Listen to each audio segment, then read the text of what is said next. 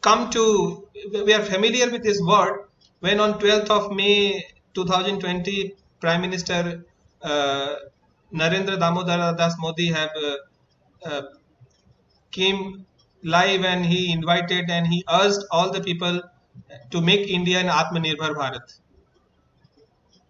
So in this respect, I am going to share some of my thoughts related to Atmanirbhar Bharat, and it is in the form of a PowerPoint presentation.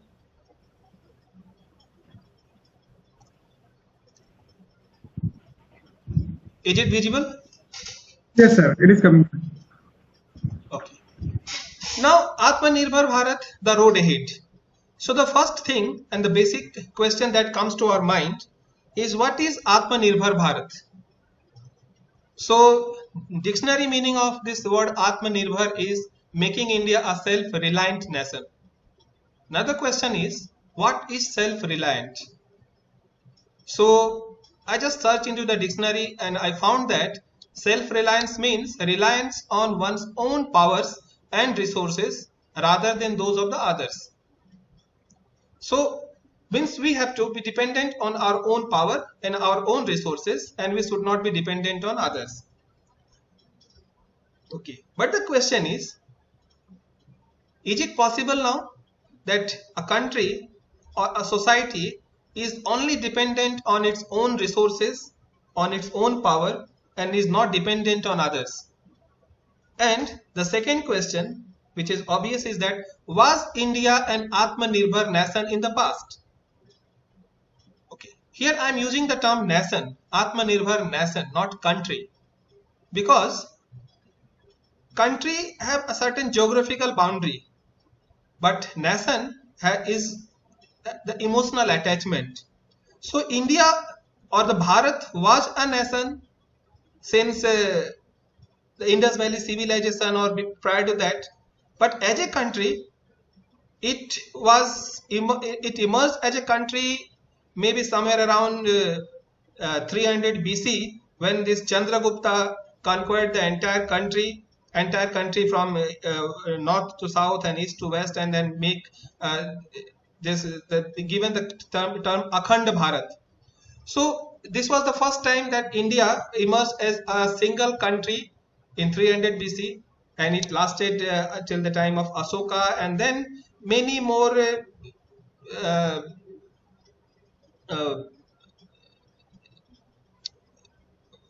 rise, ups and downs in this process were there.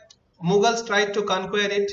Mughals tried to unite the entire country, and after that, again, it was there was a downfall of this Mughal empire, and this keeps on happening. And finally, when the British came, so again, it was India as a country was there in the British Empire as a one independent unit, and then finally on 15th August 1947, we have a country called India, which is a nation also, and we have a federal structure having many states, and so on and so forth. We know it. But the question is, was India an Atmanirbhar nation in the past? Okay. Now we have to go, if we have to see the future, we have to see the way ahead. So we must be knowing about the past, what was there in the history. So India was Atmanirbhar. It was stated by many of the historians that India was a very prosperous land. India was full of prosperity, and its prosperity attracted many invasions. So the first major invasion that is recorded in history is in the 326 BC by Alexander. He invaded India. A part of the India actually he invaded and he won, but he could not cross the Sindh river, and he went back.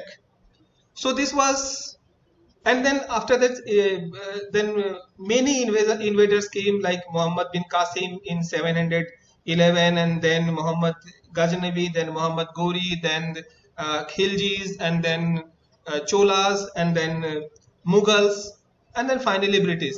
Everybody would like to come to India only. So remember, why everybody would like to come to India? whether they are from Afghanistan, from the Central Asia, or from Europe, everybody would like to come to India.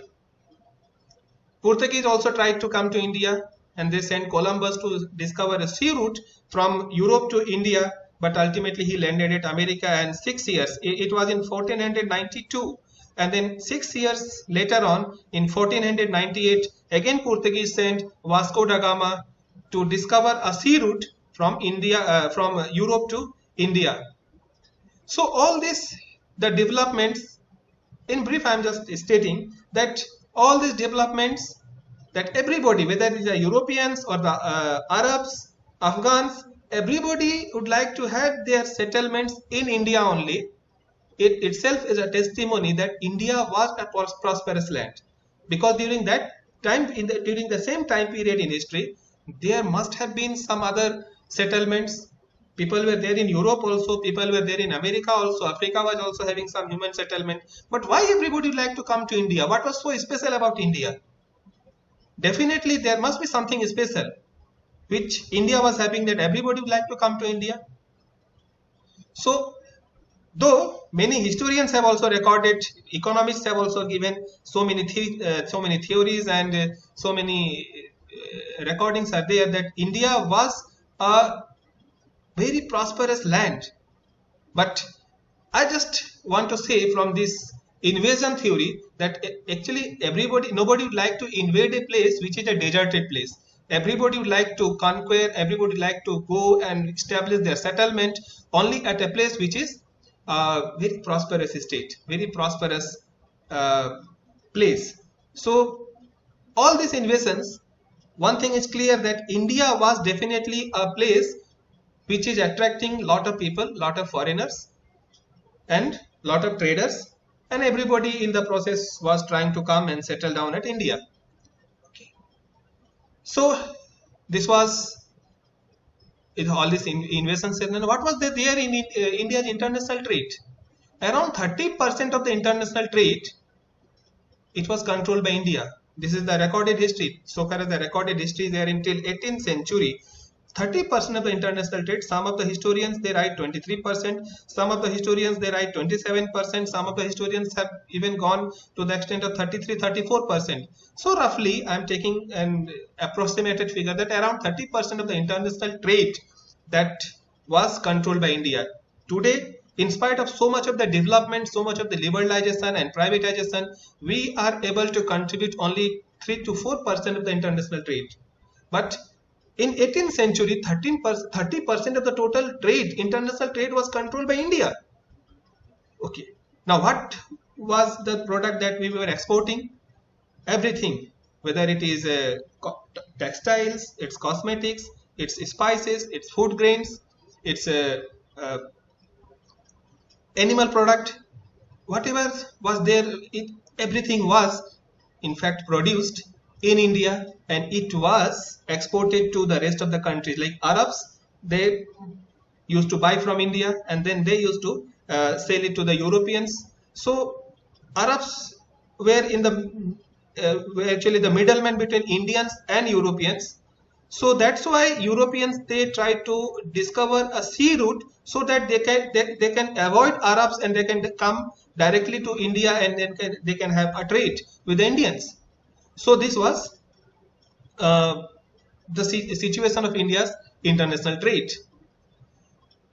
Thomas Roe, this is a picture of Thomas Roe coming to the court of Jahangir.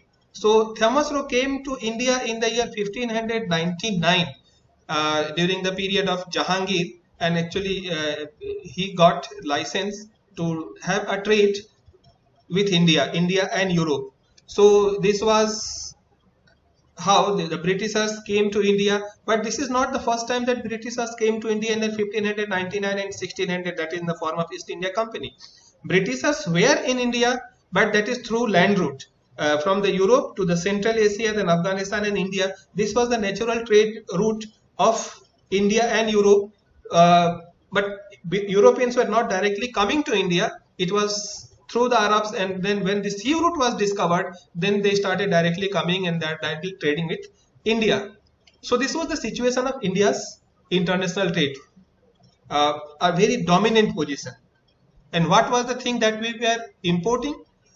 When Europeans, they bought everything from India, and the Europeans asked the king of that time that why don't you buy something from us? And then king said that what should I buy? We have everything.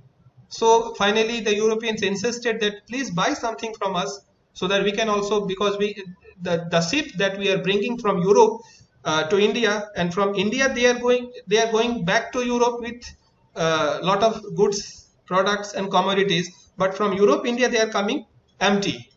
So the ice was the first import item from Europe. The king said that I have not seen ice, so I want to see ice. So on all those ships, ice is shipped and they are actually brought to India. So ice was imported to India. Ice was the main important import item from Europe to India at that time. So just to imagine the volume of trade, the volume of GDP that India had at that time, and the dominance, what kind of dominance India was having in the international arena. It is just I wanted to give a glimpse of all these things.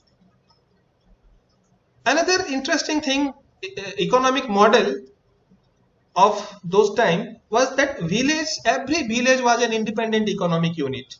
Every village had everything of their requirement.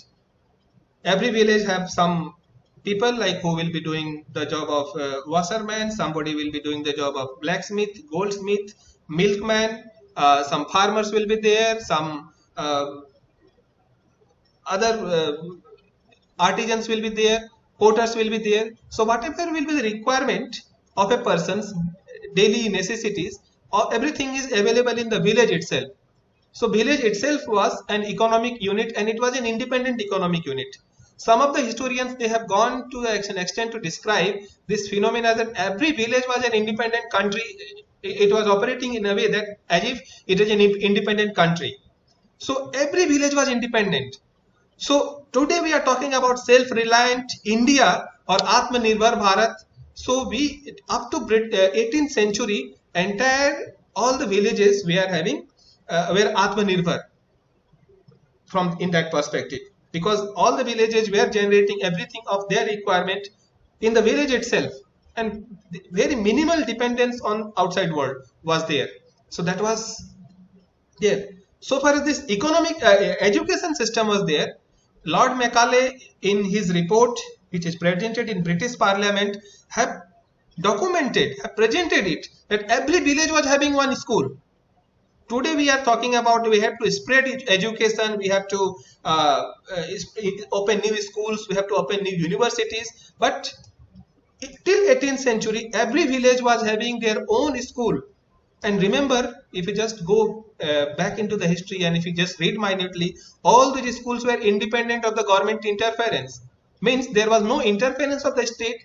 Means all those schools were funded by the village itself.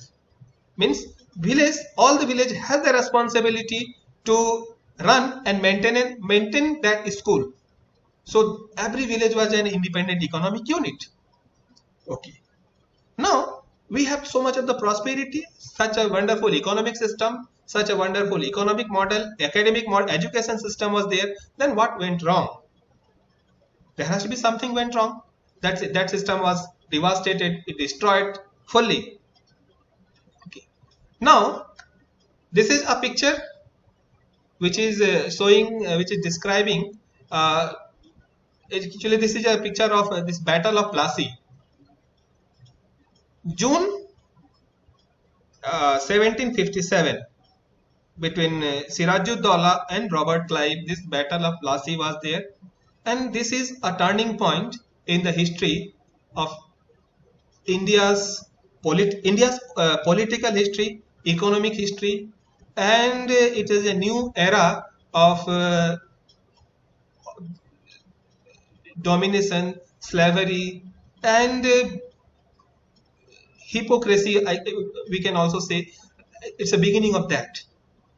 When Robert Clive was entering into the fort of Sirajuddaula, he has narrated in his diary that actually at that time he was very fearful, because on both sides of the roads there was people, all Indians were staying, and he was afraid that if these Indians they start throwing stones on him, he will be dead. But that didn't happen, and ultimately he conquered Sirajuddaulah, that fort, and finally Bengal, and then they set up their roots in India, and that rest is the history. Now, why actually this battle is so important? When we are about to discuss economics, Robert Clive, he has looted so much of the wealth that one of the historian has written that when he was going back from India to England, the total property, total wealth that he has looted, it was shipped in 900 ships. Remember, this is not a typographical error, that not one or not two, not 9, not 90. 900 ships were there fully loaded with the wealth that he has looted from India and he has taken from India. And this is also some of the economists and historians, they also believe that this wealth was the root of industrial revolution in England, because in 18th century, late 18th century, it was the rise of industrial revolution in England, and the wealth that was looted by Robert Clive was used in Europe for funding all those new startups, new production, new industries. And that's why, but nobody will take a note that if you say that Robert Clive was the founder or was the main reason behind the industrial revolution in England, or for that reason we can also say that Mir Jafar was the person who should be accredited for the rise of industrial revolution in England. Okay.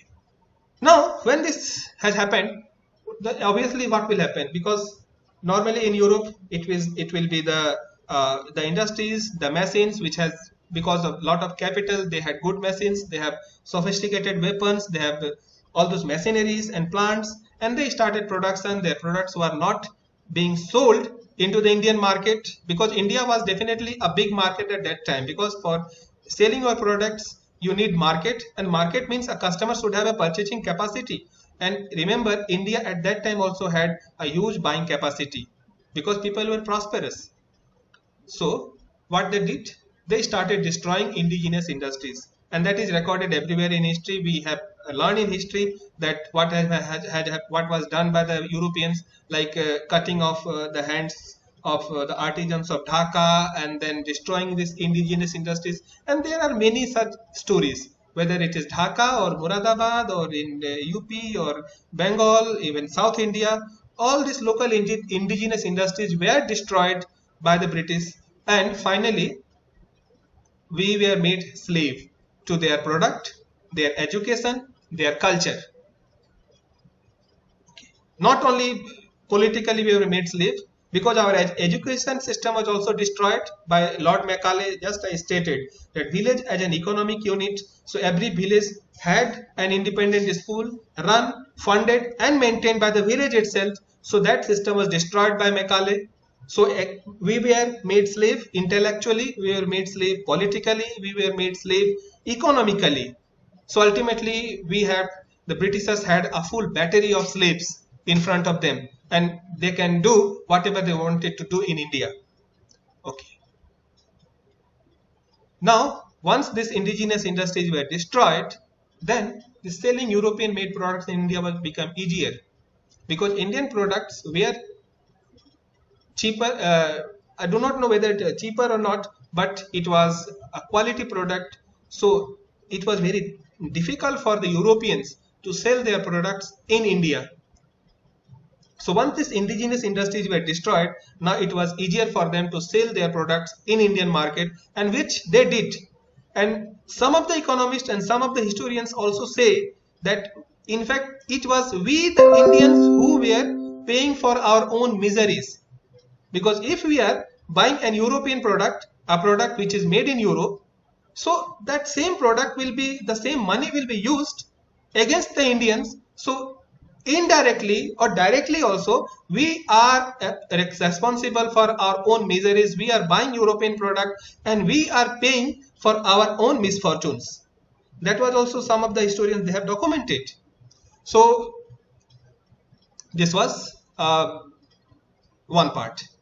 Now, Dadabhai Naoroji, he has also documented the drain of wealth. Because of this, that lot of drain was there, that Indian wealth was going to Europe, and drain out of wealth was there, which has also flourished European countries, flourished especially England, and it has made India a poor country. Now, all these things happened. Now, what is the present situation? India's share in the world trade is around 3%, and share in the world GDP is 7.45%. That is also in purchasing power parity. If you just do it GDP in the market value terms, it will be even lesser than that. In PPP terms, it is higher.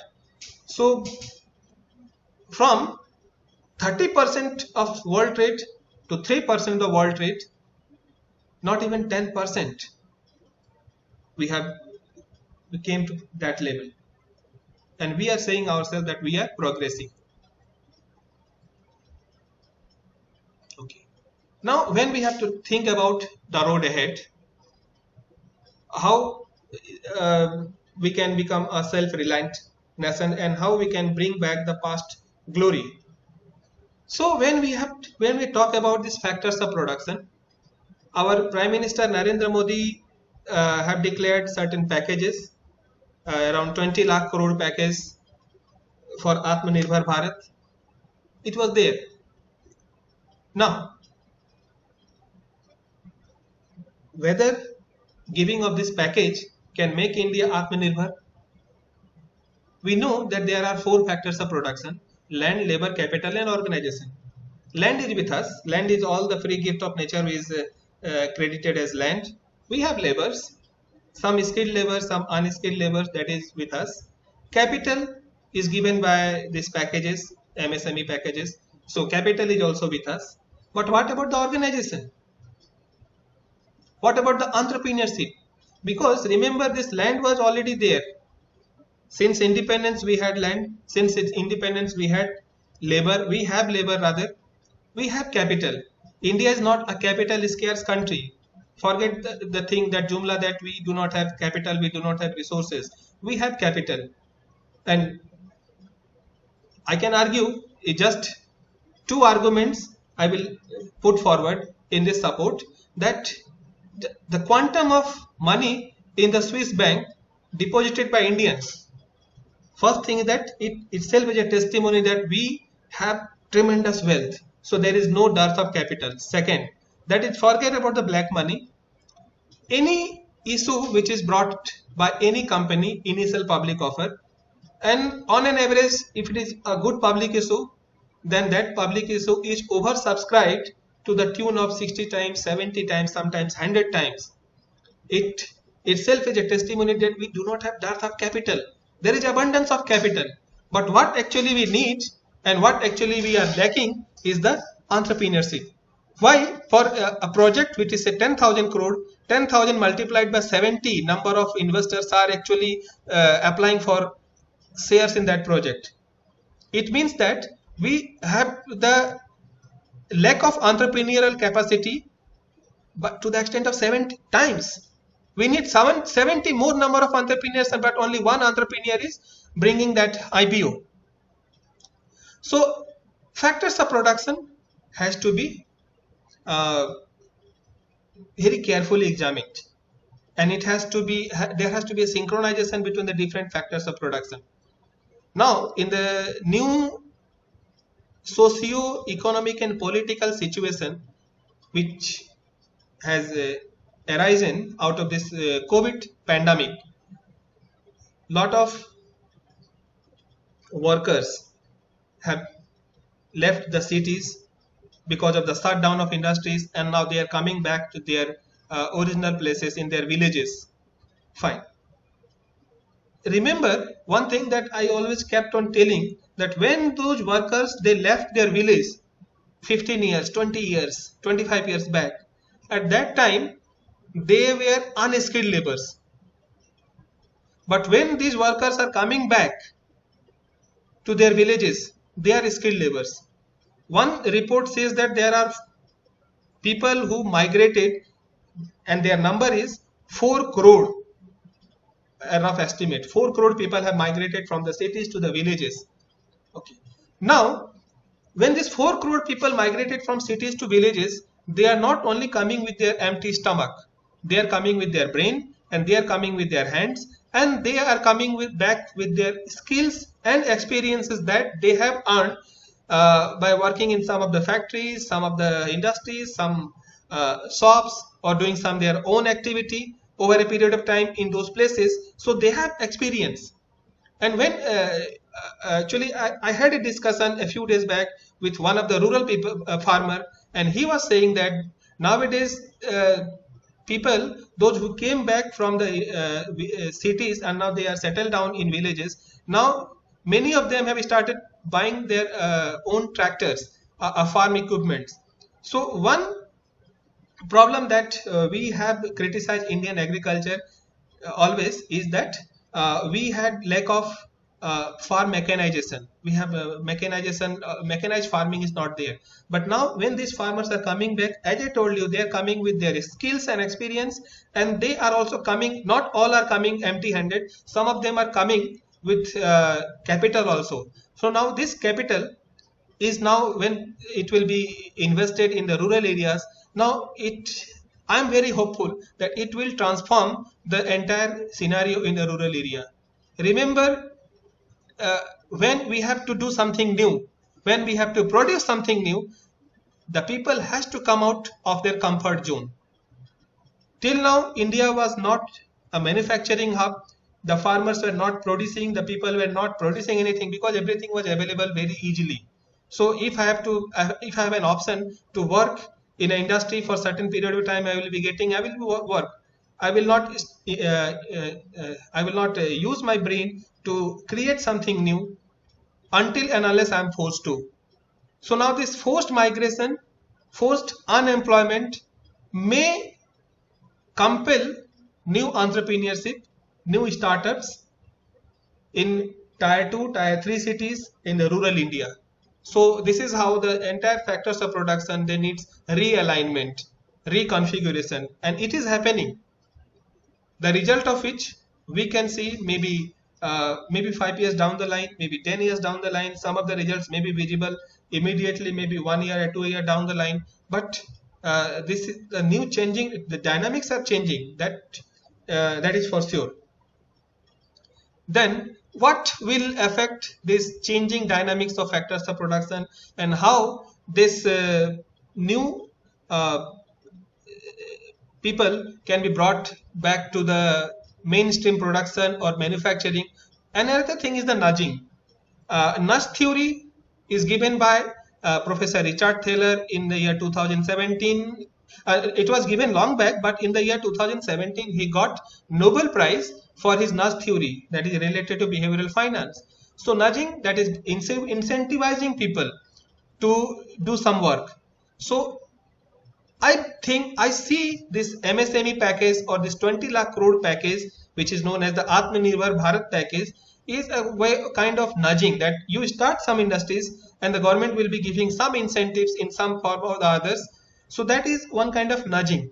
But the basic zeal or the enthusiasm to start an enterprise will be coming. It was already there. It will be coming out only if it is there in the like within a person. Then only it can come out. And nudging can only facilitate coming out of that entrepreneurial zeal. Another thing is the exposure theory. We have seen that many people, many good mechanics or the engineers or entrepreneurs, they get idea only if they are exposed to the new environment or the new technology or new machines. Once they are shown this new technology or new machines, definitely they will start. There is a industry in Tinsukia, Assam, Steelsworth Limited, and that Steelsworth Limited was manufacturing CTC machines. That is, CTC machine is a machine used for manufacturing tea. So that Steelsworth was manufacturing CTC machines, and the person who made that CTC machine, he made it only after he was exposed to already manufactured CTC machine by one of the Australian firm. So once he has seen that machine, he got that idea that I can also manufacture similar type of machine, and he did it. So exposure is very important.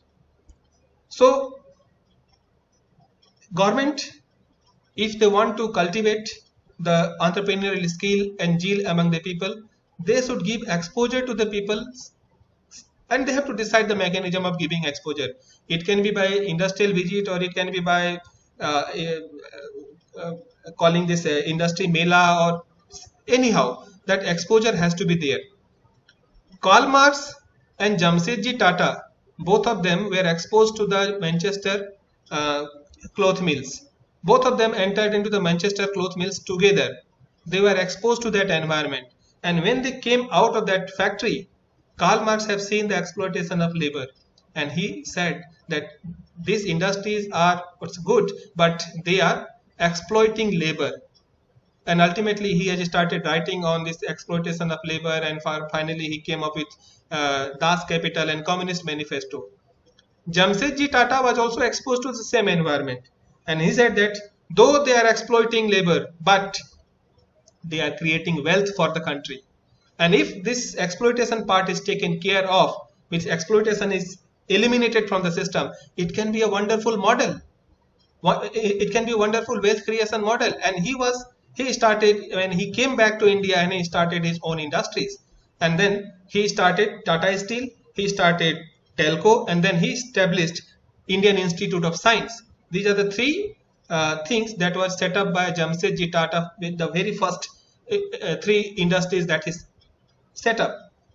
Okay, so all these things were because of this exposure theory. Another example, Dhirubhai Ambani, he was exposed to that environment. He was actually attendant in a petroleum company. So he was exposed to that environment, and he could just visualize that how to manufacture how to establish a petroleum company of his own. And actually when he came back, he started that. So exposure is very important. Then compulsion. Many of the enterprises, not all, many are the result of this compulsion, because the promoter or the entrepreneur is left with no other work, no other options, no other course of action, and finally he has to start his own enterprises. So that is compulsion. Okay. Now, if we have to start new enterprises, whether it is out of compulsion or because of exposure or because of our own motivation, one thing is that incubation. How to inculcate these things, whether the deal of this motivation or this nudging or this exposure, how these things can be inculcated in the people. So the answer is the incubation. Incubation to startups. There are many incubation centers all around the country. So these incubations are very important. They incubate an idea, they shape that idea, and finally they help that idea to come out with a profitable model, and so that they can face the market. So this incubation is very important. Who will incubate? Definitely there are many universities, many colleges, many institutes are there who will incubate. Like many of the universities have their incubation cell. Government is giving that Atal incubation scheme is there, one scheme by the government of India. It is giving 10 crore to every universities to set up their own incubation center.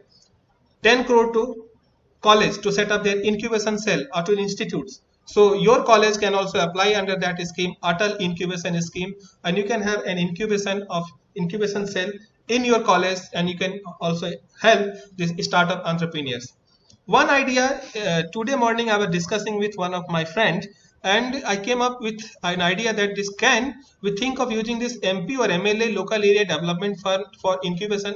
Can't these MPs give up some part of fraction of their money to some of the incubators, local entrepreneurs, to incubate his or her idea and come up with a profitable model, so that in the long run, once his industries get going, then the same money can be paid back to the government and his or her business can be established. So that can be one additional thing that I can just suggest out of these deliberations. How to make these incubations effective and efficient? So because the people say that there are incubations but वो लोग पैसा खा जाते हैं, क्या करें हम लोग? Can we have a social audit that whether these incubation cells of universities or the colleges or university at the village level or at the government level, can we have a social audit that society will involve in auditing of all these incubation cells, so that accountability and transparency is maintained and we can have a better system. What to incubate? Remember, my friends, we are no dearth of problems. We have problems anywhere you see. Just to put your eye, you will find problems and problems, and remember, my friends, all these problems will give a birth to a new opportunity.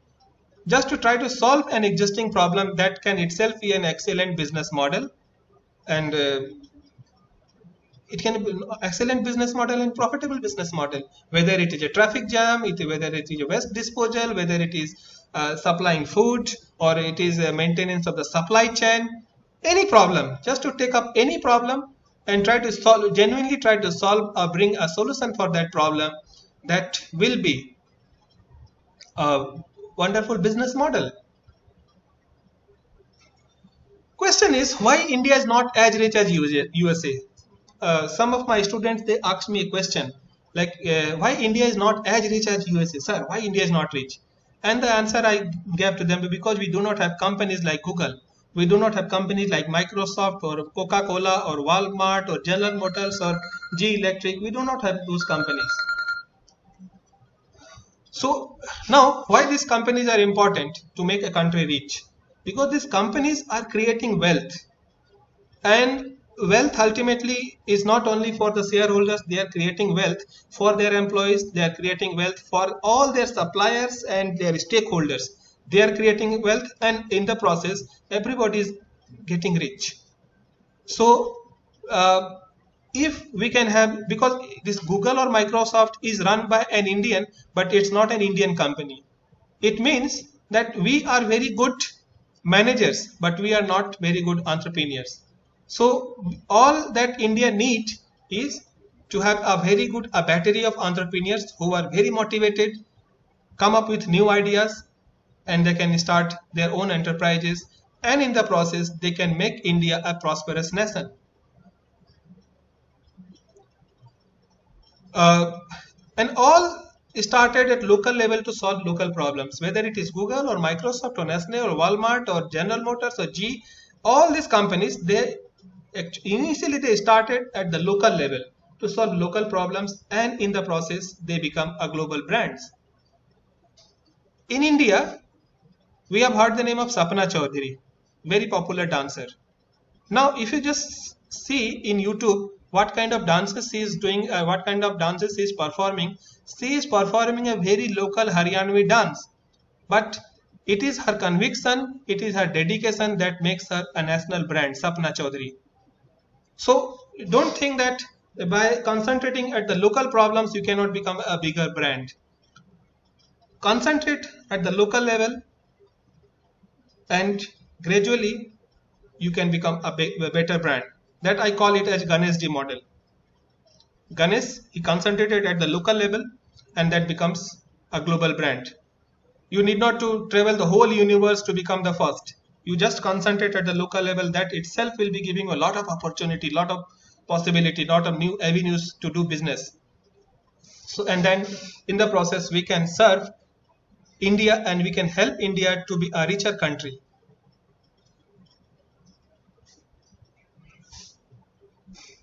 All these companies, whether it is Google, Microsoft, Nestle and Walmart, as they started at the local level, then what makes them to become a global?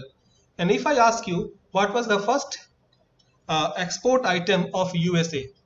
I'm just taking the example of USA. It can be of Japan also. It will be different thing. It can be of Europe also. But since USA is the most richest, most prosperous country in this world, in this earth, so like what is the first export item of USA? and that will give you the answer that why this Google or Microsoft or Nestle become a global brand. So the first export item of USA, it was not Nestle, it was not computer, it was not shoe, it was not garment, it was not Coca-Cola, it was not machines, or it was not automobiles. The first export item of USA was Hollywood. So ultimately they marketed their culture well. They marketed their culture so beautifully, so efficiently, then that it has created a brand for the US product.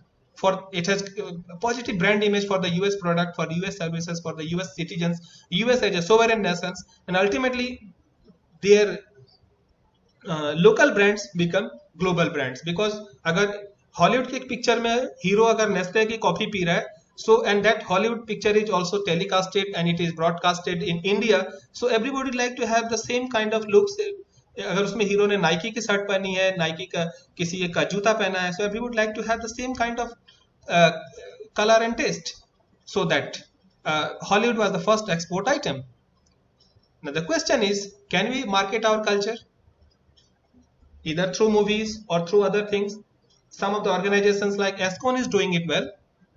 Can we also do something so that we can market our culture, and in the process we can take our local brands to the global level, because our brands will go to the global arena only through our culture. We cannot disassociate our products with our culture, so that will also always be there. So that is a question. I'm leaving it up to you, and thing is that if we can market our culture, can India be a soft power? Because India can be a hard power, India can be superpower, or India can be soft power. I think India can be a soft power which can dominate the world through its soft power. That is my belief. And only thing is that we need to identify our strength, because Hanuman was having one problem, that he do not know that he can climb the sea from this one bank to the another bank, from India to Sri Lanka. He was not realizing himself that he had that much of the power, but it was Jamavanta who reminded him that, okay, you are capable of doing that, please come on, you can do it. And ultimately he did it. We all the human beings, all the human existence on earth have this kind of belief and this kind of sufferings from ourselves, that we do not identify, we do not recognize our strength. So once all that we need is to recognize and to identify our strength, and then we can climb any challenge. The biggest of the biggest challenges can be overcome by us, and this Atmanirbhar Bharat, or making India self-reliant, is not at all a difficult task. Thank you for patience hearing. Thank you.